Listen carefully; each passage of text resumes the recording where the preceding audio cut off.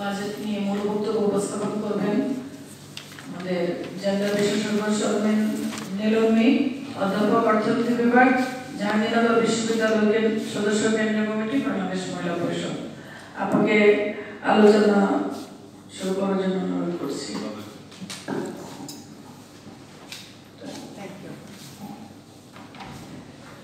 এখানে উপস্থিত আজকের অনুষ্ঠানে সম্মিলিত সভাপতি ফজিয়া আপা, সম্মানিত সহকর্মীবৃন্দ, আবারও রয়েছেন মহিলা পরিষদে এবং সম্মানিত সাংবাদিক ভাই বোনেরা যারা এসেছেন, সকলকে শুভেচ্ছা জানাচ্ছি।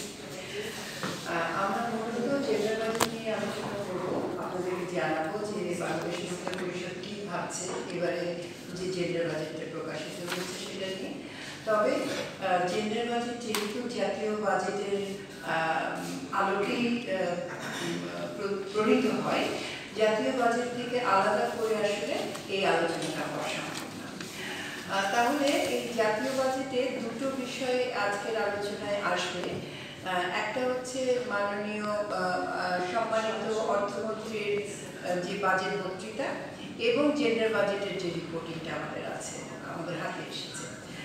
আপনারা যদি খেয়াল করেন, অর্থমন্ত্রীর বাজেট বক্তৃতায় স্মার্ট বাংলাদেশ বিনির্মাণ হচ্ছে অগ্রাধিকার পেয়েছে এবং স্মার্ট বাংলাদেশ বিনির্মাণের ক্ষেত্রে ম্যাক্রো ইকোনমি অনেকগুলো ক্ষেত্র খুব গুরুত্বের সাথে এবং খুব প্রাসঙ্গিকভাবে গুরুত্ব পেয়েছে, অগ্রাধিকার পেয়েছে। যেমন ধরেন নীতি এবং কর সহায়তা দেয়া, এলডিসি গ্র্যাজুয়েশনের প্রস্তুতি, কারণ 2025 হচ্ছে 26-এ যেহেতু এলডিসি গ্র্যাজুয়েশন হবে, 25 হচ্ছে আমাদের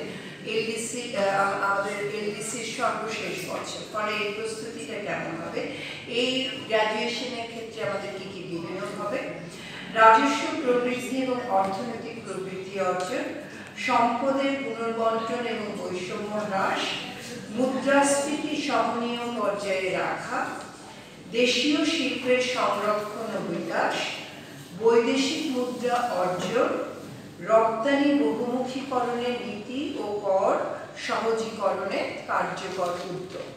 এগুলো হচ্ছে অগ্রাধিকার পেয়েছে সরকারের বাজেট বক্তৃতার মধ্যে এবং বরাদ্দের ক্ষেত্রে।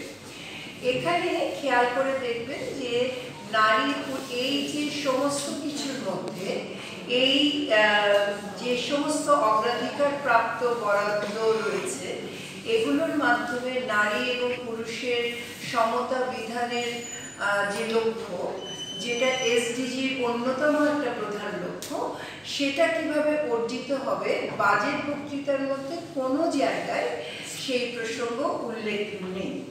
আমরা গত বেশ কয়েকটা বক্তৃতায়, বিশেষ করে মোহিত সাহেবের বক্তৃতা 2015 এই ক্ষেত্রে প্রণিধানযোগ্য, যে জেন্ডার বাজেট নিয়ে ওনার বিস্তর আলোচনা ছিল, বিস্তর আশাবাদ ছিল এবং বিস্তর প্রতিশ্রুতিও ছিল।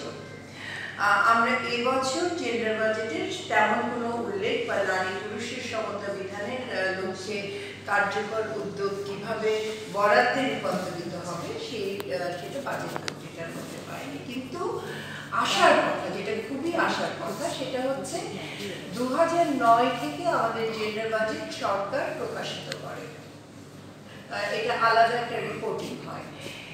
এবছর জেন্ডার বাজেটের পুরো পদ্ধতিটা খোল নলচে একেবারে বদলে নতুন পদ্ধতিতে জেন্ডার বাজেট প্রণয়ন করা হয়েছে, যেটা পুরোটা পড়ার পরে মনে হয়েছে যে যেটাকে আমাদের স্বাগত জানাতে হবে এবং আমরা এই উদ্যোগকে সাধুবাদ জানাতেই হবে আমাদেরকে। কেন সে কথা বলছি, আগে এই 2009 থেকে গত বছর পর্যন্ত যেই প্রক্রিয়ায় জেন্ডার বাজেট করা হতো, আপনারা জানেন যে বাংলাদেশ সরকার মধ্যমেয়াদী বাজেট কাঠামো অর্থাৎ মিড টার্ম বাজেটারি ফ্রেমওয়ার্কের মাধ্যমে বাজেট প্রণয়ন করে থাকে।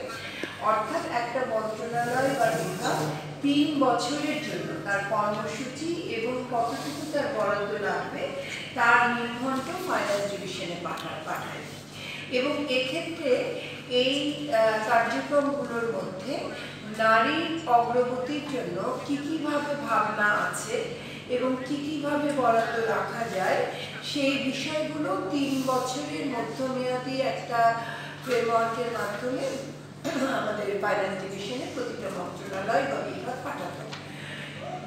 কিন্তু যেই মডেলের মাধ্যমে এই বরাদ্দগুলো দেওয়া হতো সেই মডেলটি ছিল হচ্ছে RCGP model, recurring capital gender and poverty model. RCGP মডেলটা আমাদের মূল বাজেট বরাদ্দর যে কম্পিউটেশনাল মডেল, যেটা দিয়ে আমরা বাজেট বরাদ্দর যেটাকে আমরা বলি যে মানে আমরা গণনা করি যে মডেলটার মাধ্যমে, সেটাকে আমরা বলি ইব্যাস প্লাস প্লাস, অর্থ মন্ত্রণালয় যেটা ব্যবহার করে। আরসিজিপি মডেল ইব্যাস প্লাস প্লাসের সাথে একীভূত ছিল না। একীভূত না থাকার কারণে আরসিজিপি মডেলের যে আউটপুটটা জেন্ডার বাজেটের মধ্যে বিচ্ছিত হতো, সেই অংশটাকে কোনোদিন আমরা এই যে আমাদের মহিলা পরিষদ থেকে আমরা দীর্ঘদিন যে দাবি করেছি যে আমার জন্য যে বরাদ্দ হচ্ছে মন্ত্রণালয়গুলোর মধ্যে, সেই বরাদ্দগুলো কি পারফর্ম করছে, আমাদের মনিটরিং কোথায়, আমরা কতটুকু এই বরাদ্দের মাধ্যমে এগোতে পারলাম। যেহেতু আমাদের মূল কম্পিউটেশনের মাধ্যমে আমাদের এই আরসিজিপি মডেলটা একীভূত ছিল না, আমাদের এই কি পারফরমেন্স ইন্ডিকেটরগুলো কোনোদিন আমরা মনিটরিং এর আওতায় আনতে পারিনি। এই বছর প্রথমবারের মতো এই মডেলটাকে বাদ দেওয়া হয়েছে এবং আপনারা যদি ইন্ট্রোডাকশন চ্যাপ্টারটা পড়েন তাহলে দেখবেন যে পৃথিবীর বেশ অনেকগুলো দেশের অনুসরণীয় মানে গুড প্র্যাকটিসের কিছু মডেল রয়েছে যারা জেন্ডার বাজেট তৈরি করে, সেই মডেলগুলোর কোনোটাকে পুরোপুরি ফলো করা হয়নি, বরং আমাদের দেশের সাপেক্ষে কন্টেক্সচুয়ালাইজ করে 6টা ধাপে একটা মডেল তৈরি করা হয়েছে, যেটাকে বলা হচ্ছে জেন্ডার ফাইন্যান্সিং ট্র্যাকিং, জিএফটি। এই জিএফটি মডেলকে এই বছর ইব্যাস প্লাস প্লাস যে কম্পিউটেশনাল মডেল আছে আমাদের মূল বাজেটের, সেটার সাথে সমন্বিত করে একীভূত করা হয়েছে।